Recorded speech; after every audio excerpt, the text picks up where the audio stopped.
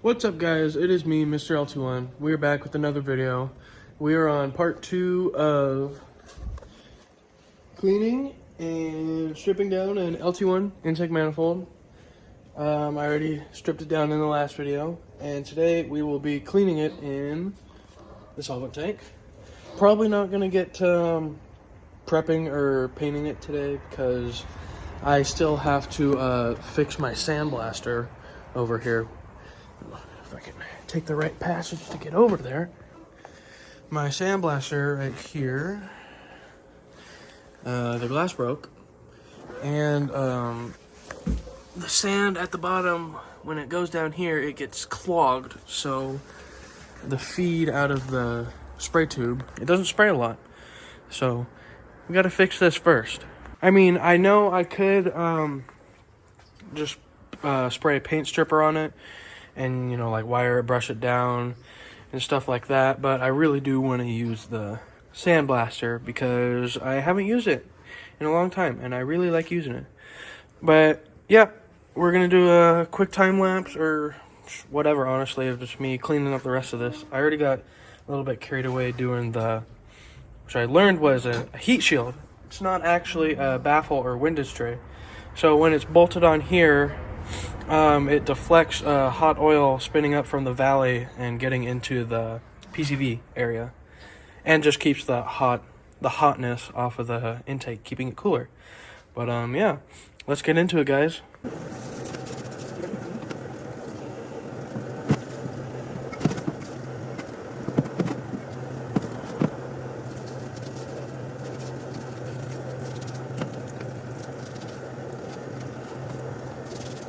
It's not too bad up top, actually. Or, sorry, on the bottom.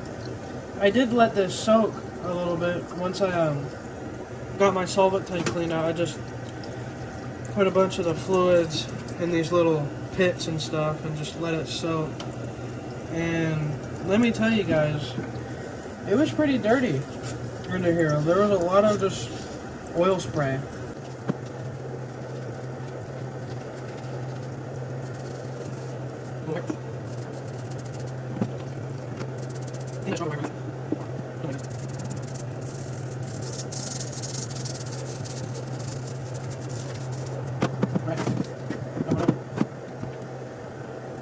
It's a little tricky getting in all these little tiny areas. That's when like a big cleaning machine would come in handy. But I don't got that right now. It just broke in. Oh well, we will make do.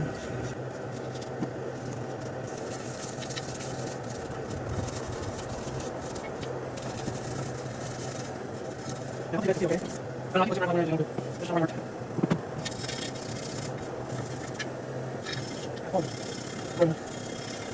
I never knew there were so many just voids in an LT1 intake manifold until now. I never really fully took a look at one. I never really got that. Last one.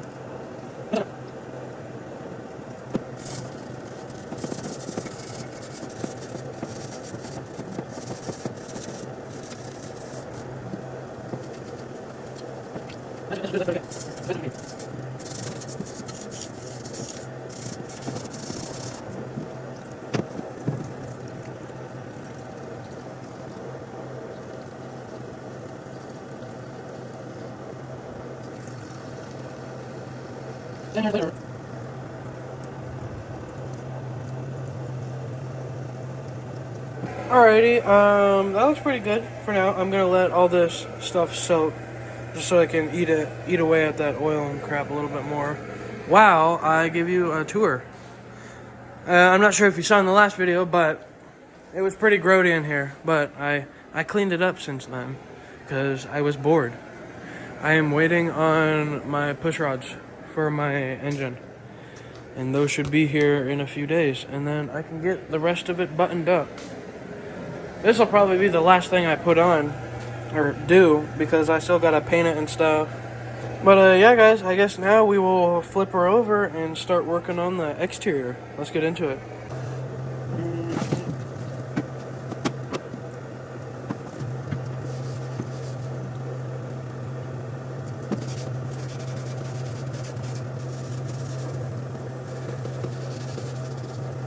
You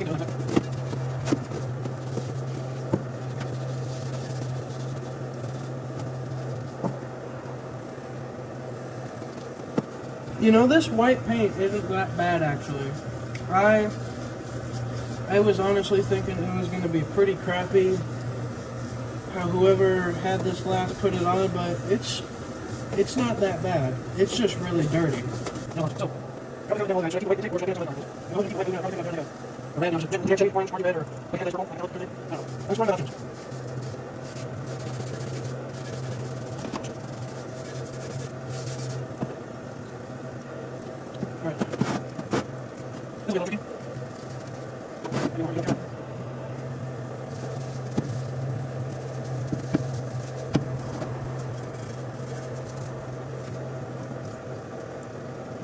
You know, all this solvent just reminds me of like caramel syrup, because that's what it looks like, in all honesty.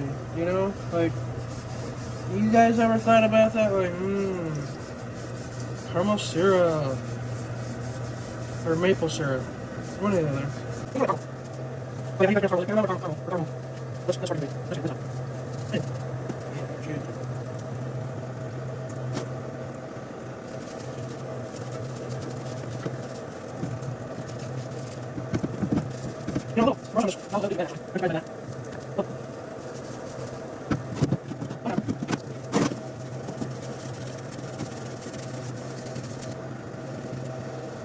There.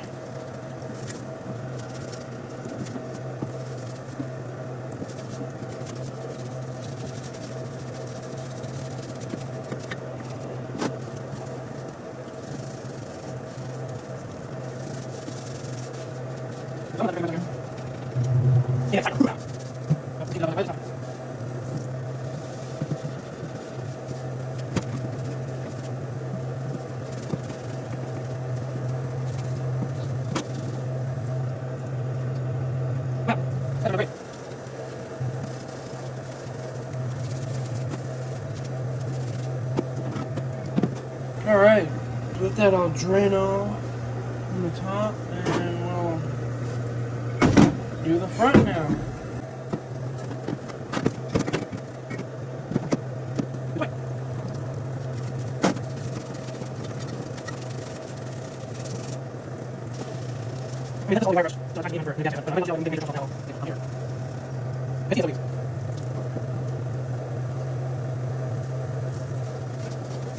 Yeah, I think that's pretty good.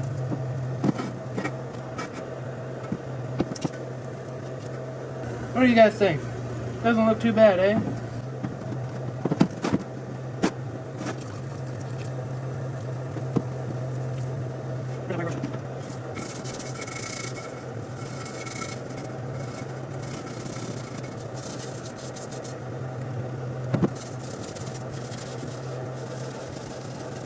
Well, guys, I'd say a solvent tank would be a pretty good alternative to, like, paying someone to, like, wash your car part, your engine components for you, in, like, one of those, like, big machines that they have at, like, machine shops and stuff. Because the reason I say that is because, you know, buying a solvent tank is, let's say secondhand, you know, like this one. This one's obviously used. It's old and rusty, you know, and you can get it for a pretty decent price. And along with that comes, like, buying the proper solvent for your application, wire brushes, scouring pads. You know, in the long run, it would probably be cheaper to do that than to take all your parts to, like, a machine shop over and over and over and over and over again. And you can clean parts whenever you want to. It's like, oh man, I gotta take my stuff to the machine shop. But in this case, I can just be like, oh boy, I got the solvent tank at home that I can use. Let's go. That's just my thoughts on it, though.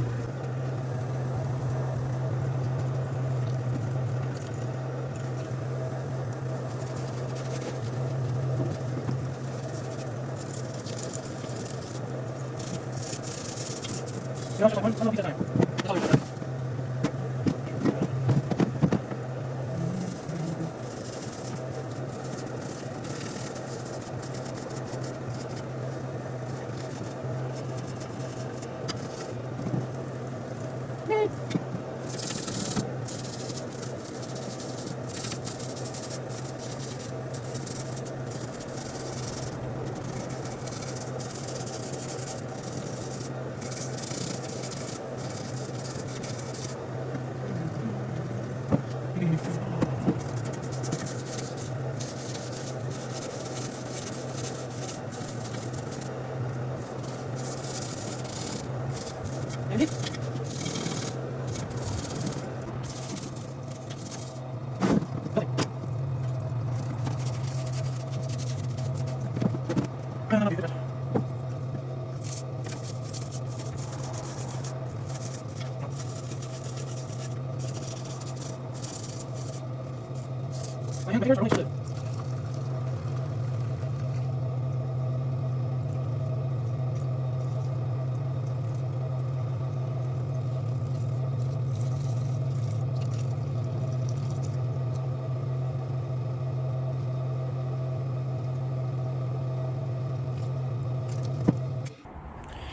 Alrighty guys, I think that's where I'm going to conclude this video today.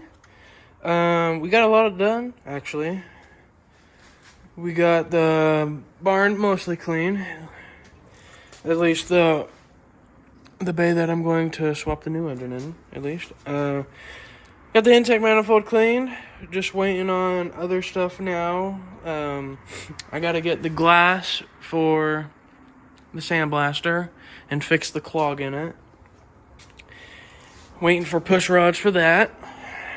And I believe that's it, guys. I want to thank you for watching.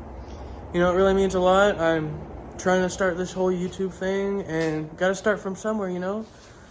Just doing quick little videos, working on my stuff. And I know someone out there will like this stuff. I know, I like watching my own videos when I'm bored. It's just like, that guy's pretty cool. But yeah, anyways, guys, remember to like, comment, and subscribe, and I'll see you guys in the next video.